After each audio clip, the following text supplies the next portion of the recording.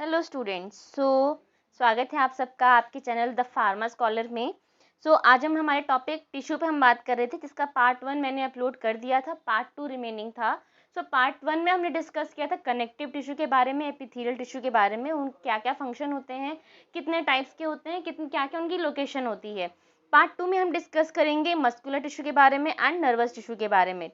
तो muscular tissue हमें पता है there are 3 types of muscular tissue. पहला होता है स्केलेटल मसल, दूसरा होता है कार्डियक मसल एंड तीसरा होता है स्मूथ मसल्स। तो सबसे पहले आता है हमारा that is a skeletal muscle tissue. Skeletal muscle tissue हमारे ऐसे टिश्यूज होते हैं, मस्कुलर टिश्यूज होते हैं जो सिलिंड्रिकल होंगे, लॉन्ग होते हैं एंड नॉन ब्रांच्ड होंगे, मतलब इसमें कोई भी ब्रांचिंग नहीं पाई जाती है। ये जो सेल्स होंगी ये एक सिलेंडर के फॉर्म में होंगी, लॉन्ग होंगी। अच्छा, इनको स्केलेटल मसल टिश्यू क्यों बोलते हैं? इनको स्केलेटल मसल टिश्यू इसलिए बोलते हैं क्योंकि ये अटैच होती हैं हमारे बोन्स से या स्केलेटन सिस्टम से। अब इनका रोल ये है कि ये हमारे बोन्स को या हमारे बॉडी पार्ट्स को मूवमेंट करवाने में हेल्प करते हैं। फॉर एग्जांपल जैसे हमारा हाथ है या हमारा लेग्स है, तो इन ये बोन्स हैं, तो अब इन बोन्स के ऊपर भी मसल्स है ना, एज इट इज तो बोन्स नहीं दिख रही हमें, तो इन बोन्स के ऊपर जो मसल्स हैं वो है हमारी स्केलेटल मसल्स। ये मसल्स हमारी बॉडी के पार्ट्स को मूवमेंट करवाने के लिए इंपॉर्टेंट होती हैं। तो skeletal muscles tissues so named because most skeletal muscles move bones of the skeleton, यानी कि हमारी बॉडी के बोन्स को मूव करवाने में हेल्प करती हैं। एंड इसमें एक चीज आपको खासियत देखने को मिलेगी, ये जो आप देख रहे हैं ना मस्कुलर टिश्यू, इस मस्कुलर टिश्यू में अगर आप ध्यान से देखें तो एक बैंड्स है, यानी कि डार्क एंड लाइट बैंड्स होते हैं। जो हमारे स्केलेटल मसल्स होते हैं, स्केलेटल मसल्स टिश्यूज होते हैं, ये डार्क एंड लाइट बैंड्स के बने होते हैं। अच्छा, इन डार्क एंड लाइट बैंड्स का रोल क्या होता है कि कॉन्ट्रैक्शन करने में हेल्प करेंगे। अगर आप देखें कि आपके हाथ की मसल्स है या लेग्स की मसल्स है, ये आप इनको मोड़ सकते हैं, आप इनको कॉन्ट्रैक्ट कर सकते हैं। अगर आप चाहें मुट्ठी बंद करने तो आपकी मुट्ठी बंद हो जाएगी। इट मीन्स कि आपके मसल्स में कॉन्ट्रैक्शन हुआ। अगर कॉन्ट्रैक्शन नहीं होगा तो आपका हाथ बंद नहीं हो पाएगा। सिंपल सी बात यही है। तो वो कॉन्ट्रैक्शन एंड रिलैक्सेशन होना जरूरी है। अब ये कॉन्ट्रैक्शन रिलैक्सेशन कब होगा? जब हमारे मसल्स में एक स्प्रिंग लाइक कैरेक्टरिस्टिक होगा। जैसे स्प्रिंग होता है ना, तो स्प्रिंग को आप अंदर से फोर्स करो तो वो एकदम सिकुड़ जाएगा, और जब आप उसको छोड़ दो तो अपने वापस से अपने कंडीशन पे आ जाएगा। तो सेम वैसे ही होते हैं हमारे स्केलेटल मसल्स। ये क्या, इनके अंदर ये बैंड्स होते हैं, ये light bands and dark bands. ये light and dark bands muscles को कॉन्ट्रैक्ट करके एंड रिलैक्स करने में हेल्प करते हैं। अब इसमें आप देख रहे हैं एक और चीज की, ये ब्लू ब्लू कलर के ये चीजें आपको दिख रही हैं, दीज आर द न्यूक्लियस। हमारी जो स्केलेटल मसल्स होती हैं, उन स्केलेटल मसल्स में एक या एक से ज्यादा न्यूक्लियस पाया जाता है। अब ये न्यूक्लियस ज्यादा क्यों पाया जाता है? इसका रीजन है कि हमारी जो स्केलेटल मसल्स होती हैं बाकी मसल्स के स्मूथ मसल्स के कंपैरिजन में वो ज़्यादा काम करती हैं, या आप बोल सकते हैं कि उनको ज़्यादा एनर्जी की ज़रूरत होती है, या ज़्यादा वो एक्शन या फंक्शन करती हैं। उनसे ज़्यादा एनर्जी उनको चाहिए होती है, तो ज़्यादा एनर्जी के लिए उनको उनमें न्यूक्लियस ज़्यादा होता है, ताकि ये टिश्यूज ज़्यादा से ज़्यादा एटीपी का फॉर्मेशन कर सकें। और इसीलिए ये जो हमारे स्केलेटल मसल्स टिश्यूज होते हैं, इनमें एटीपी, आप सॉरी बोल सकते हैं माइटोकॉन्ड्रिया जो है वो ज़्यादा होता है, ताकि ज़्यादा से ज़्यादा माइटोकॉन्ड्रिया होगा, ज़्यादा से ज़्यादा एटीपी का फॉर्मेशन होगा एंड उतना ही ज़्यादा एनर्जी का फॉर्मेशन होगा। इतना हमें याद रखना है कि जो स्केलेटल मसल्स टिश्यूज होते हैं उनमें ये जो ब्लू आप देख रहे हैं that is a nucleus. Nucleus ज़्यादा होते हैं ताकि ज़्यादा से ज़्यादा एटीपी का फॉर्मेशन हो सके, ज़्यादा से ज़्यादा एनर्जी बन सके। एंड ये जो डार्क एंड लाइट बैंड्स आप देख रहे हैं, दीज आर द कॉन्ट्रैक्शन के लिए कॉन्ट्रैक्टाइल प्रोटीन्स होते हैं, ताकि हमारी स्केलेटल मसल्स कॉन्ट्रैक्ट कर सकें, ताकि इनमें फ्लेक्सिबिलिटी आए। अगर इनमें ये बैंड्स नहीं होंगे, ये बैंड स्प्रिंग की तरह काम करते हैं, है ना। अगर इनमें ये बैंड्स नहीं होंगे तो हमारे जो स्केलेटल मसल्स हैं वो कॉन्ट्रैक्शन या रिलैक्सेशन नहीं कर पाएगी। Skeletal muscles tissues are striated with alternate dark protein band. Okay, अब आती है बात हमारे क्या क्या कैरेक्टरिस्टिक फीचर हैं हमारे स्केलेटल मसल्स टिश्यूज के। ये पहली बात तो इनमें इलेक्ट्रिकल एक्साइटेबिलिटी होती है। कॉन्ट्रैक्टिबिलिटी यानी कॉन्ट्रैक्ट हो सकती हैं। अगर मैंने बोला ना कि अगर स्केलेटल मसल्स कॉन्ट्रैक्ट नहीं होंगी तो हम बॉडी में मूवमेंट नहीं कर पाएंगे।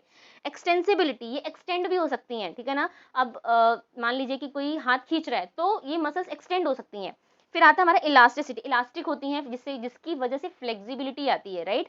सो these are the some properties of skeletal muscles tissue. अच्छा, इनमें एक चीज और ये आपको याद रखना है कि ये जो मसल्स टिश्यूज होते हैं ये वॉलंटरी मैनर पे काम करते हैं। वॉलंटरी मैनर मतलब क्या, इनको हम अपनी विल के अकॉर्डिंग ये टिश्यूज हम काम करवा सकते हैं। फॉर एग्जाम्पल मैंने बताया ये टिश्यूज वहां होते हैं जहां हमारी बोन्स हैं, तो मोस्टली ऐसे बॉडी पार्ट्स हैं जहां पे हम मूवमेंट करवा सकते हैं। फॉर एग्जाम्पल हाथ की मसल्स हैं, लेग की मसल्स हैं, ये जब तक हम नहीं चाहेंगे तब तक ये मूव नहीं करेंगी। So that skeletal muscles tissues are voluntary manner में काम करते हैं, हमारी इच्छा से काम करते हैं। अगर हम चाहेंगे कि भाई हम कोई काम ना करें, रेस्ट करें, तो ये मसल्स मूव नहीं करेंगे। ऐसे नहीं कि ये जबरदस्ती काम करेंगे, नहीं, ऐसा नहीं है।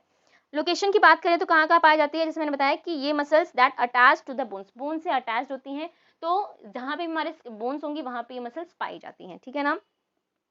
फिर आते हैं बात हमारे स्मूथ मसल टिश्यू पे। स्मूथ मसल टिश्यू मतलब कि इनका फीचर क्या है, पहली बात तो ये स्मॉल सेल्स होती हैं। देखिए कोई लॉन्ग या आप बोल सकते हैं कि सिलिंड्रिकल सेल्स नहीं है, ये कोन शेप लाइक सेल्स मानी जाती हैं, या आप बोल सकते हैं कोन शेप लाइक की होती हैं। एंड इनमें एक सेल में एक ही न्यूक्लियस होता है, जैसे कि हमारे स्केलेटल मसल में एक से ज्यादा न्यूक्लियस था, लेकिन हमारे स्मूथ मसल टिश्यू में एक ही न्यूक्लियस पाया जाता है। एंड इसका रीजन है कि इनको बहुत ज्यादा एनर्जी की रिक्वायरमेंट नहीं होती है, बहुत ज्यादा एटीपी की रिक्वायरमेंट नहीं होती है, इसलिए इनमें ज्यादा न्यूक्लियस नहीं पाया जाता। अब they are non striated, non striated का मतलब जैसे स्केलेटल मसल्स हमारे उनमें स्ट्रेटनिंग बैंड थे, ऐसे ऐसे ऐसे ऐसे ऐसे ऐसे करके, तो वो स्ट्रेटेड टिश्यूज हुए। इनमें कोई भी ऐसा स्ट्रेटेड या आप बोल सकते हैं लाइनिंग नहीं दिख रही है, so they are non striated, ठीक है ना, they are non non striated, and इसीलिए इनको बोलते हैं स्मूथ मसल, मतलब इनमें कोई स्ट्रेटनिंग नहीं है या एकदम सिंपल है, so that they are called smooth muscle tissues, ठीक है ना। अब मैंने बताया कि इनमें सिंगल न्यूक्लियस होता है, ये कोन शेप लाइक स्ट्रक्चर्स होती हैं। अब ये पाई कहाँ जाती हैं, smooth muscle tissues is located in the walls of hollow internal structures. Body में जितनी भी इंटरनल ऑर्गन्स हैं या इंटरनल स्ट्रक्चर्स हैं, उन सब में हमारी स्मूथ मसल पाई जाती है। फॉर एग्जाम्पल हमारी जो ब्लड कैपिलरी है जिसमें ब्लड फ्लो होता है, तो ये जो ब्लड कैपिलरी है ना, ये भी किससे बनी है, स्मूथ मसल से, ठीक है। अब मान लीजिए हमारा जीआईटी सिस्टम है जिसको हम बोलते हैं गैस्ट्रो इंटेस्टाइनल ट्रैक्ट, जिससे जिससे हमारा फूड जो वो डाइजेस्ट होता है, तो भी हमारा किस टिश्यू से बना हुआ है, स्मूथ मसल टिश्यू से। यहाँ पे स्केलेटल मसल नहीं होंगी। तो ऐसे ऑर्गन्स जो आपकी, सिंपल बात ये है कि ऐसे ऑर्गन्स जो आपकी कंट्रोल में नहीं है, वो हमारे स्मूथ मसल टिश्यू से बने होते हैं, ठीक है ना। फॉर एग्जाम्पल कहाँ कहाँ पाई जाती है smooth muscles tissue, blood vessel में, एयरवे जो ब्रोंकाई है ना जहाँ से हमारी एयर जाती है लंग्स के अंदर, वो एयरवे में, एब्डोमिनो पेल्विक कैविटी, एब्डोमिनो पेल्विक कैविटी का मतलब है कि जो हमारा एब्डोमेन है, गैस्ट्रोइंटेस्टाइनल ट्रैक है, वो सारी की सारी कैविटी जो है हमारी वो स्मूथ मसल से बनी होती है। It is also found in the skin, ये स्किन में ही पाई जाती है smooth muscle tissue. Smooth muscle tissue अब ये काम कैसे करते हैं, दे आर इनवॉल्यूंटरी। इनवॉल्यूंटरी का मतलब क्या है कि आप इनको कमांड दें या ना दें, ये अपनी इच्छा से काम करते हैं, या अपने बोल सकते हैं कि इनको काम करने के लिए हमें कोई कमांड देने की जरूरत नहीं होती है। एग्जाम्पल, अगर हम फूड खाएंगे, हम खाना खाएंगे, तो ये मसल्स अपना काम करना शुरू कर देगी, हमें इनके कमांड देने की जरूरत नहीं पड़ेगी, या फिर हम उस डाइजेशन को नहीं रोक सकते। आप हम कभी नहीं सोच सकते भाई, हम कभी नहीं कर सकते कि अपने लीवर को काम करने से बंद कर दें, या अपने लंग्स को काम करने से बंद कर दें, नहीं कर सकते। तो ऐसी टिश्यूज जो हमारे विल में नहीं है या हमारे कंट्रोल में नहीं है, they are the smooth muscle tissue, ठीक है। एंड इसका एग्जांपल मैंने यहाँ पे लिखा ही है, जैसे एग्जांपल में हम फूड खाते हैं तो वो मसल्स टिश्यूज जो है उस फूड को जीआईटी में प्रोपेल करने का काम करते हैं, तो वो हमारे स्मूथ मसल टिश्यूज ही होते हैं। अब आ जाइए कार्डियक मसल टिश्यू पे। कार्डियक मसल टिश्यू हमारे स्पेशल टाइप के मसल टिश्यू होते हैं, ये बॉडी में कहीं नहीं पाए जाते, सिर्फ और सिर्फ कहाँ पाए जाएंगे, हार्ट में। कहाँ पे, ये हार्ट में, ठीक है ना। तो इसीलिए इनको बोलते हैं cardiac muscle tissue. Cardiac muscle tissue का मतलब, ये कार्डियक मतलब क्या होता है, हार्ट में। ये टिश्यूज ऐसे होंगे जो सिर्फ और सिर्फ हार्ट में ही पाए जाते हैं। एंड इनकी खासियत क्या होती है कि दे आर इनवॉलंटरी। इनवॉलंटरी का मतलब पता है आपको, मतलब जो हमारे इच्छा से काम नहीं कर सकते, या जिनको काम करवाने के लिए हमें कोई कमांड देने की जरूरत नहीं है। सो दे आर इनवॉलंटरी, यानी कि ये अपने आप काम करेंगे। जैसे कि हार्ट है, अगर हम बोलें कि भाई हमारा हार्ट रुक जाए, ठीक है ना, सो ऐसा नहीं हो सकता है, ये सिर्फ फिल्मों में ही होता है, ठीक है ना। सो हार्ट कभी भी नहीं रुकता, वो रुकता तभी है जब पर्सन की डेथ हो जाती है। सो इनवॉलंटरी मसल्स काम करती हैं, मतलब आप चाहो या ना चाहो आपका हार्ट बीट हो रहा है, सो दैट ये muscles tissues they are involuntary. And striated, striated का मतलब क्या होते हैं, इनमें भी लाइनिंग्स होती हैं कुछ इस तरीके से, अगर आप जूम करके देखेंगे तो आपको समझ में आएगा, इनमें भी लाइनिंग्स होती हैं। एंड इनमें भी न्यूक्लियस ज्यादा होते हैं। न्यूक्लियस ज्यादा होने का मतलब सेल में यही होता है कि ज्यादा से ज्यादा एनर्जी का प्रोडक्शन होना। एक चीज़ आपको पता है कि जो हमारे मसल्स टिश्यूज़ होते हैं, वो ग्रो क्यों कर जाते हैं इतना तेज़ी से? आप देखिए कि लोग जिम जाते हैं, जिम जाकर के मसल्स बनाते हैं, बॉडी बनाते हैं। इसका रीज़न क्या है ग्रो करने का? आप चाहो तो आपका हार्ट क्यों नहीं ग्रो हो सकता? या आपके जीआईटी के सिस्टम क्यों नहीं जिम से ग्रो हो जाते हैं? क्योंकि हमारे जो स्केलेटल मसल्स होते हैं ना, हमारे हाथ की बोन्स या हमारे हाथ के टिश्यूज़, इनमें न्यूक्लियस ज़्यादा होने की वजह से इनमें एटीपी ज़्यादा होता है, सॉरी माइटोकॉन्ड्रिया ज़्यादा होते हैं। माइटोकॉन्ड्रिया ज़्यादा होगा तो एनर्जी का प्रोडक्शन ज़्यादा होगा, एंड साथ ही में जो हमारे स्केलेटल मसल्स होते हैं ना, उनमें एक स्पेशल टाइप के मसल फाइबर होते हैं, वो बहुत तेज़ी से ग्रो कर सकते हैं अगर वो हम जिम वर्कआउट करते हैं या जिम करते हैं या उस पे वो वर्क करते हैं, मसल्स फाइबर्स हमारे काम करते हैं, तो उस ड्यूरेशन में वो ज़्यादा ग्रो करते हैं। तो ऐसा हमारे कार्डियक मसल टिश्यू के साथ नहीं होता, हम जिम से कार्डियक मसल्स को नहीं बढ़ा सकते, राइट ना। सो ये भी हमारी ब्रांच्ड होती हैं कार्डियक मसल्स हमारी, एंड दे आर इनवॉलंटरी है, ये भी हमारी क्या होती हैं, इनवॉलंटरी होती हैं, एंड कहाँ पाई जाती हैं, हार्ट में पाई जाती हैं। एंड ये किसके लिए रिस्पॉन्सिबल होंगी, कॉन्ट्रैक्शन एंड रिलैक्सेशन। हमारे हार्ट में कॉन्ट्रैक्शन एंड रिलैक्सेशन होता है ना, हार्ट क्या बीट करता रहता है, आपने पढ़ा होगा लब डब करके, कॉन्ट्रैक्ट होता है, रिलैक्स होता है, कॉन्ट्रैक्ट होता है, रिलैक्स होता है। अगर आपने मेरा वीडियो नहीं देखा है तो आप जाकर के हार्ट का वीडियो देख सकते हैं। सो हार्ट में एक प्रॉपर्टी होती है कॉन्ट्रैक्शन एंड रिलैक्सेशन की, जिसकी वजह से वो कॉन्टिन्यूसली लाइफ टाइम तक एक रिदम की तरह काम करता रहता है, राइट। एंड इसी प्रॉपर्टी को हम बोलते हैं ऑटोरिदमिसिटी। ऑटोरिदमिसिटी का मतलब है कि सेल्फ से रिदम आ रही है, उसी को हम बोल रहे हैं ऑटोरिदमिसिटी, ठीक है। अब ये तो हमारा कार्डियक मसल टिश्यू, अब क्या बचा हमारा, that is a nervous tissue. ये हमारा second tissue, last second tissue यानी कि फोर्थ टिश्यूज है। नर्वस टिश्यू हमारे ऐसे टिश्यूज होते हैं जो कि हमारे कहाँ पाए जाते हैं, सिर्फ ब्रेन में, right, brain and spinal cord में।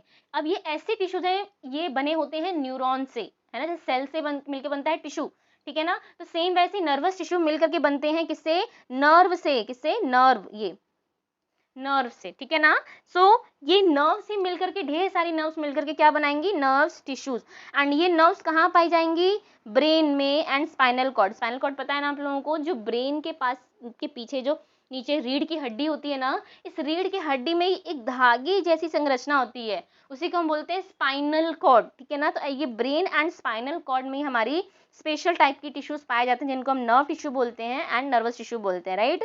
अब इनका काम क्या होता है, ये क्या रोल क्या है इनका, these tissues are responsible for controlling and coordinating many body activities। Body की कई सारी एक्टिविटीज या कंट्रोल या कोऑर्डिनेशन के लिए रेस्पॉन्सिबल होता है हमारे नर्वस टिश्यू। कैसे, एग्जाम्पल है, आपके सामने कोई गर्म चीज रख दी जाए, ठीक है ना, तो आपको नहीं पता कि वो गर्म है और आप उसको टच कर लेते हैं। जैसे ही आप टच करते हैं, आप क्या अपना हाथ पीछे हटा देते हैं। इसका रीजन क्या है, इसका रीजन ये है कि आपकी स्किन में जो नर्व्स थी, उन नर्व्स ने उस हीट को चेक कर लिया, एंड वो signal with in a seconds brain में गया, एंड ब्रेन ने कमांड दिया हमारे हाथ के मसल्स टिश्यूज को कि भाई हाथ को हटा लो, नहीं तो हाथ जल जाएगा, simply. So with in a time period में ये सारी चीजें हो जाती हैं, एंड ये जो सिग्नल है ब्रेन तक लाना, ब्रेन से सिग्नल लेकर के आना हाथ तक, this is responsible due to the nervous tissue. So nervous tissue क्या करते हैं, किसी भी बॉडी पार्ट से किसी भी सिग्नल को रिसीव करके ब्रेन तक लेके जाते हैं। ब्रेन में भी वही न्यूरॉन्स ही होती हैं जो सिग्नल को रीड करती हैं, एंड देन ब्रेन से फिर फर्दर एक सिग्नल आता है हमारे उस पर्टिकुलर ऑर्गन में, है ना। अब जैसे एक और एग्जांपल मान लीजिए, हम फूड खा रहे हैं, तो फूड को अब डाइजेस्ट करना है, तो डाइजेशन के लिए जो बाकी एंजाइम्स रिलीज करने हैं या बाकी सारे प्रोसेस है, तो वो भी न्यूरॉन्स हमारे ब्रेन तक सिग्नल लेके जाती है कि भाई देखो स्टमक में फूड आ चुका है। तो अब ब्रेन कंट्रोल करता है कि भाई स्टमक को पेरिस्टालसिस मूवमेंट करना है, एंजाइम्स रिलीज करने हैं। सो बॉडी में जितना भी कंट्रोल एंड कोऑर्डिनेशन है, that is due to the responsibility of nervous tissue. So nervous tissue हमारी बॉडी में कंट्रोल करते हैं, एंड जितनी भी चीजें सबको कोऑर्डिनेट करते हैं, है ना।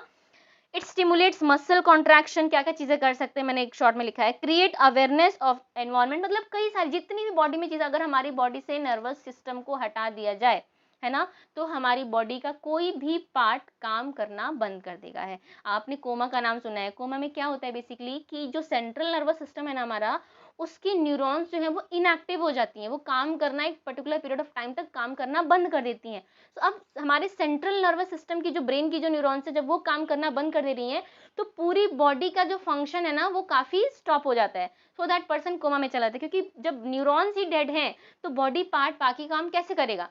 सो ये जो टिश्यूज होते हैं, that is a very much responsible for the all the activities in our body. अगर हमारी बॉडी में कोई भी फंक्शन अगर नर्वस सिस्टम से कंट्रोल हो रहा है, और अगर वहाँ की न्यूरॉन्स अगर डैमेज हो गई, तो वो पर्टिकुलर एरिया भी डैमेज हो जाता है। जैसे आपने पैरालिसिस का नाम सुना है, पैरालिसिस में क्या होता है, बोलते हैं कि एक हाथ में पैरालिसिस आ गया, मान लीजिए ये हैंड है, इस हाथ में बोलते हैं कि पैरालिसिस आ गया। कैसे आ गया?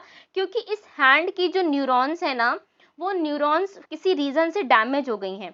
तो अब इस हैंड में आने वाला सिग्नल ना तो वो न्यूरॉन्स ब्रेन तक लेके जा सकती हैं, मान लीजिए ये ब्रेन है, ठीक है ना,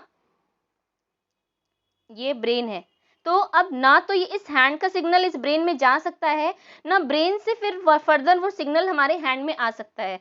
सो दैट अब ये पर्टिकुलर एरिया के बीच में कंट्रोल या कोऑर्डिनेशन या कनेक्शन मिट जाता है।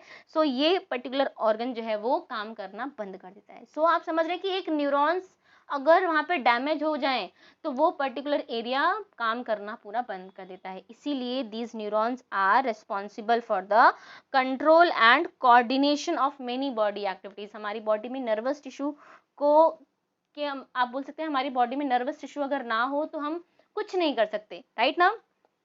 अब ये नर्वस टिश्यू किस किस चीज से मिलकर के बने होते हैं? ये बने होते हैं न्यूरॉन से, ठीक है, जिनको हम नर्व सेल बोलते हैं, एंड न्यूरोग्लायल सेल से मिलकर के बने होते हैं। ये दो चीजें मिलकर के बनती हैं, तब जाके नर्वस टिश्यू बनते हैं, राइट। एंड नर्वस टिश्यू हमारे दो तरह के, एक न्यूरॉन्स एंड न्यूरोग्लिया में हमने बोला कि डिवाइड करके रखते हैं उनको, राइट। अब देख लेते हैं नर्वस टिश्यू हमारे होते कैसे हैं। यहाँ पे मैंने एग्जाम्पल एक न्यूरॉन का देखिए अटेस्ट किया है। दिस इज अ न्यूरॉन, ठीक है ना। अब इस न्यूरॉन के बेसिक पार्ट होते हैं, ये वाला जो सेक्शन आप देख रहे हैं ना, ये वाला this is called cell body, ये वाला सेक्शन, ठीक है ना। ये पूरा जो गोल है ये हमारा सेल बॉडी है। अब इस सेल बॉडी से जो ट्री जैसी ब्रांच जैसी फीचर्स आप देख रहे हैं, दिस इज कॉल्ड डेंड्राइट, ठीक है ना। ये डेंड्राइट एक तरह से आप बोल सकते हैं ना कि किसी भी चीज से सिग्नल रिसीव करने का काम करते हैं, है ना। जैसे कि आपने देखा होगा कई सारी मूवीज में देखा गया कि जो एलियंस होते थे या कोई भी पीके में आपने देखा कि वो अपने हैंड से क्या करते हैं, किसी भी सिग्नल किसी दूसरे को टच करता है एंड वो सिग्नल को रिसीव करता है अपने हैंड से। तो सेम वैसे ही ये जो डेंड्राइट्स है ना, ये एक तरह से नेटवर्क्स हैं कि किसी दूसरे सिग्नल को रिसीव करने का, ठीक है ना, ताकि वो सिग्नल वो रिसीव करके एंड इस सेल बॉडी के थ्रू उसमें लेकर के, एंड ये सेल बॉडी फिर उस सिग्नल को इस एक्सॉन तक लेकर के, लास्ट पार्ट तक, ठीक है ना। so these are the cell body, this is the cell body, this is the dendroids, right, these are the branch tree like structures होते हैं, these are called dendroids। इस सेल बॉडी के बीच में nucleus होगा, भाई न्यूक्लियस तो होगा ही क्योंकि हमारी बॉडी की जितनी भी सेल्स होती है सब में न्यूक्लियस होता है, तो इसमें भी न्यूक्लियस होगा। ये होता है एक्सॉन हिलक, ये एक्सॉन हिलक का मतलब कि जो सेल बॉडी को और ये जो एक्सॉन है, एक्सॉन पार्ट, इसको कनेक्ट करता है। फिर आ जाइए माइलिन शीथ। माइलिन शीथ का मतलब क्या है कि ये जो हमारे न्यूरॉन है ना, इसके ऊपर एक कवरिंग होती है, ठीक है, उसी को हम बोलते हैं माइलिन शीथ। ये नोट्स बीच बीच में ये जो आप नोट्स देख रहे हैं, दीज आर द नोट्स, ठीक है ना, नोट्स ऑफ रणवीर बोलते हैं उनको। एंड जिससे ये कवरिंग होती है ना, उस सेल्स को हम बोलते हैं श्वान सेल्स, ठीक है। एंड लास्ट में होता है हमारा एक्सॉन टर्मिनल, ये वाला सेक्शन, मतलब ये जो सिग्नल यहाँ डेंड्राइट से आएगा वो उस एक्सॉन में जाएगा, ये सेल बॉडी में जाएगा, सेल बॉडी से फिर इस एक्सॉन में, एक्सॉन से फिर ये एक्सॉन टर्मिनल में। सो ये एक सिग्नल को ट्रांसमिट करने का एक तरीका है बेसिकली, ठीक है ना। So this is the structure of neuron. तो ये हमारा पार्ट 2 खत्म हुआ टिश्यू का। पार्ट 1 में हमने एपिथेलियल पढ़ा, कनेक्टिव पढ़ा, एंड पार्ट 2 में हमने पढ़ा muscular tissue and nervous tissue, ठीक है। नेक्स्ट टॉपिक पे मैं कौन सा वीडियो बनाऊं ये आप मुझे सजेस्ट करेंगे। एंड हाँ, आप सबके लिए क्वेश्चन ये है कि ऐसी कौन सी टिश्यूज हैं जिनमें सबसे ज़्यादा न्यूक्लियस पाया जाता है। सो मुझे कमेंट करके आंसर ज़रूर बताइएगा। So thank you so much for the watching, and please channel को सब्सक्राइब जरूर कर दीजिए क्योंकि ताकि आपको जितने भी अपकमिंग वीडियोज़ हैं उन सबका नोटिफिकेशन ज़रूर मिलता रहे। Thank you so much.